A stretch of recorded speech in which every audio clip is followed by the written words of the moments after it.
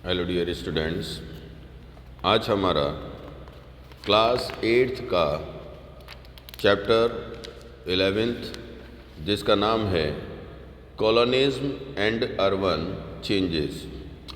आज हम अपने इस टॉपिक में डिस्कस करेंगे कि किस प्रकार से डी अर्बनाइजेशन और अर्बन डिक्लाइनेशन हुआ 19th सेंचुरी में इंडिया के डिफरेंट प्लेसेस पर। Another factor contributing to the decline of urban center of the British period was the introduction of network of railway in India। हमारे India के अंदर जो declination pre British period में जो urban centres पाए जाते थे उनका डिक्लाइनेशन देखा जा सकता था रेल रोड नेटवर्क के डेवलप होने के कारण। जो रेल रोड नेटवर्क हमारे इंडिया के अंदर डेवलप हुआ 1853 में। By 1900 The rail network had covered all parts of the country। 19th century के अंदर रेल रोड नेटवर्क कवर्ड हुआ इंडिया के सभी प्लेसेस पर। बहुत लार्ज अमाउंट में डिफरेंट प्लेसेस पर इन रेल रोड नेटवर्क का डेवलपमेंट होने लगा और इन रेल रोड डेवलपमेंट का मेन प्रोजेक्ट था इंडिया से ज़्यादा रॉ मटेरियल का एक्सप्लोटेशन किया जाना। रॉ मटेरियल का एक्सप्लोटेशन जितना ज़्यादा इंडिया से किया जा सके और उसको ओवरसीज ट्रेड के माध्यम से अपनी मदर कंट्री में ब्रिटिशर्स पहुंचा सके, ऐसा प्रोजेक्ट डेवलप किया जाता था। 19th सेंचुरी में इंडिया के डिफरेंट प्लेसेस पर ये रेल रोड डेवलपमेंट होने लगा। The industry of railway result in the diversion of trade route. Industry of the railway resulted in the diversion of the trade route. इसके कारण जो trade route थे उनमें बदलाव होने लगा इनटू डिफरेंट चैनल्स, अलग अलग चैनल्स पर। And every railway station become a point of export of raw material.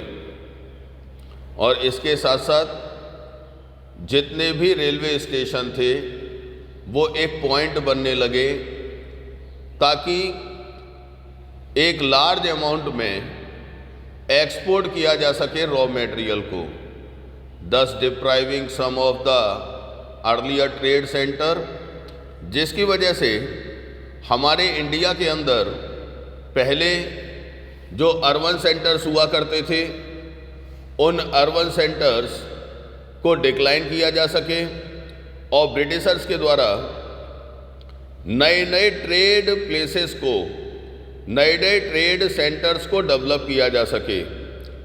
ऐसा ब्रिटिशर्स इसलिए कर रहे थे ताकि ब्रिटिशर्स अपनी मोनोपोली ट्रेड के माध्यम से इंडिया में डेवलप कर सकें। इसीलिए उन्होंने उन प्लेसेस का लार्ज अमाउंट में यूटिलाइजेशन किया रेलवे के डेवलपमेंट करने के लिए, जहां पर रॉ मटेरियल पाया जाता था। और रेलवे रोड का ऐसा कंस्ट्रक्शन किया जाता था जिससे रॉ मटेरियल वाले प्लेस से ओवरसीज ट्रेड करने वाले प्लेसेस को कनेक्ट किया जा सके। Many trading point on the Ganga river, बहुत सारे ट्रेडिंग पॉइंट बनाए गए गंगा रिवर पर भी।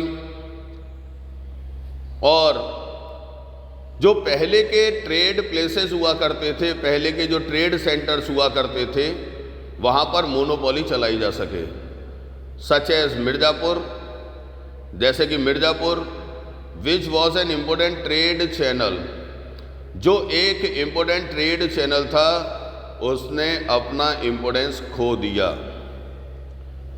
On the positive side, the railways contribute to the growth of the metropolitan cities। अगर किसी चीज के डिसएडवांटेजेस होते हैं तो उनके एडवांटेजेस भी देखे जा सकते हैं।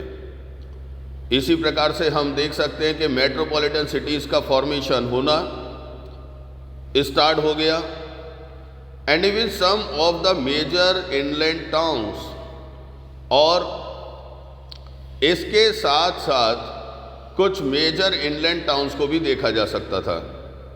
The railway also help in the introduction of modern industry. इसके साथ साथ रेलवे ने सहायता दी नए प्रकार की मॉडर्न इंडस्ट्रीज को डेवलप करने के लिए इन द मेट्रोपॉलिटन सिटी, और ये मेट्रोपॉलिटन सिटीज थे कलकत्ता, बॉम्बे, मद्रास और कानपुर। 19th सेंचुरी में emergence of a new class of town, एक नए प्रकार की टाउन क्लासेस भी दिखाई देने लगी हिली एरिया में, हिमालय माउंटेन रीजन में, और इसके साथ साथ साउथ इंडिया के अंदर जो हिली प्लेसेस होते हैं वहाँ पर। इन 1901 India had 25 cities with 1 lakh और मोर पॉपुलेशन। हमारे इंडिया के अंदर जैसे ही 20th सेंचुरी का स्टार्टिंग हुआ, अर्ली 20th सेंचुरी में 25 प्लेसेज ऐसे देखे जा सकते थे, 25 सिटीज ऐसी देखी जा सकती थी जहाँ पर 1 लाख या उससे ज़्यादा आबादी पाई जाती थी, और 69 सिटीज ऐसी थी जहाँ पर पॉपुलेशन 50,000 से ज़्यादा थी। स्टूडेंट, ये उस समय की बात की जा रही है जब हमारे इंडिया की पॉपुलेशन आज की तरह बड़ी नहीं, एक छोटी पॉपुलेशन हुआ करती थी। ज़्यादातर लोग उस समय पर गांव के अंदर रहते थे। आज भी हमारे इंडिया का एक बड़ा वर्ग रूरल एरिया के अंदर ही रहता है, लेकिन उस समय पर हमारे इंडिया के अंदर लगभग 85% लोग रूरल एरिया को बिलोंग किया करते थे। In all there were 1917 towns in India in 1901। Villages का डेवलपमेंट होने के बाद वो टाउन्स एरिया में कन्वर्ट होने लगे, और हमारे इंडिया के 20th सेंचुरी के स्टार्टिंग यानी 1901 में ऐसे टाउन्स एरिया लगभग 1917 थे। अब ब्रिटिशर्स ने किस प्रकार से अर्बनाइजेशन को प्रभावित किया, तो इसके लिए हम अपना टॉपिक देखते हैं कि British influence on urbanisation. During the 150 year of the British rule, हमारे इंडिया के अंदर ब्रिटिशर्स ने सबसे पहला बैटल ऑफ प्लासी लड़ा, उसके बाद में बैटल ऑफ बक्सर। धीरे धीरे ब्रिटिशर्स ने अपनी जड़ें इंडिया के अंदर जमाना शुरू कर दिया, और एक बड़े जोग्राफिकल एरिया में 20th सेंचुरी आने तक इंडिया पर डायरेक्ट और इनडायरेक्ट रूलिंग करना ब्रिटिशर्स के द्वारा होने लगा। ऐसे प्लेसेस जहां पर इंडियन रूलर रूलिंग कर रहे थे, कहीं ना कहीं वो ब्रिटिशर्स से प्रभावित रहते थे। तो इन 150 ईयर्स में ब्रिटिशर्स ने किस प्रकार से इंडिया की अर्बनाइजेशन को प्रभावित किया। India's urban landscape went through a radical transformation. The major contribution of the British to Indian urban scene may be explained as under। सबसे पहले हम पॉइंट लेते हैं emergence of the metropolitan city. Student, metropolitan cities वो places होते हैं जहाँ पर लार्ज अमाउंट में पॉपुलेशन का ग्रोथ हो रहा होता है। हमारे इंडिया के अंदर ब्रिटिशर्स टाइम पीरियड में ऐसे बहुत सारे प्लेसेस का डेवलपमेंट हुआ जो मेट्रोपॉलिटन सिटीज़ बनी।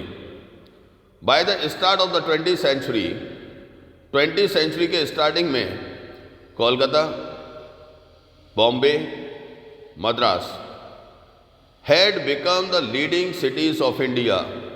ये हमारे इंडिया के लीडिंग सिटीज़ बन चुके थे, older cities of the Mughal period. लेकिन मुगलों के टाइम पीरियड में जो सिटीज़ का डेवलपमेंट हुआ था उनको कहीं ना कहीं श्रिंक्ड किया जा रहा था, ड्वेल्ड किया जा रहा था। उनके पॉपुलेशन को, उनके एरिया को या उनके डेवलपमेंट को रोका जा रहा था। In small towns and cities Delhi, Varanasi, Ahmedabad, Agra and Allahabad had population of around 2 lakh each. ये वो प्लेसेस थे जहाँ पर लगभग पॉपुलेशन 2 लाख या 2 लाख से ज़्यादा देखी जा सकती थी। The leading city had a population over 9 lakh. लेकिन while Kolkata the leading city had a population over 9 lakh. लेकिन कलकत्ता जैसे सिटी के अंदर हम पॉपुलेशन को देख सकते थे 9 लाख या उससे ज़्यादा। Kolkata, Madras and Bombay were leading administrative, commercial and industrial city.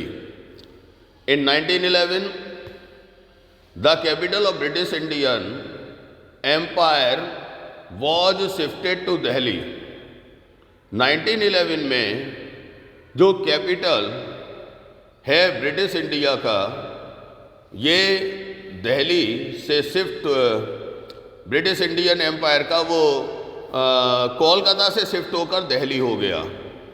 And an entirely new city, new Delhi, was built which got completed by 1935.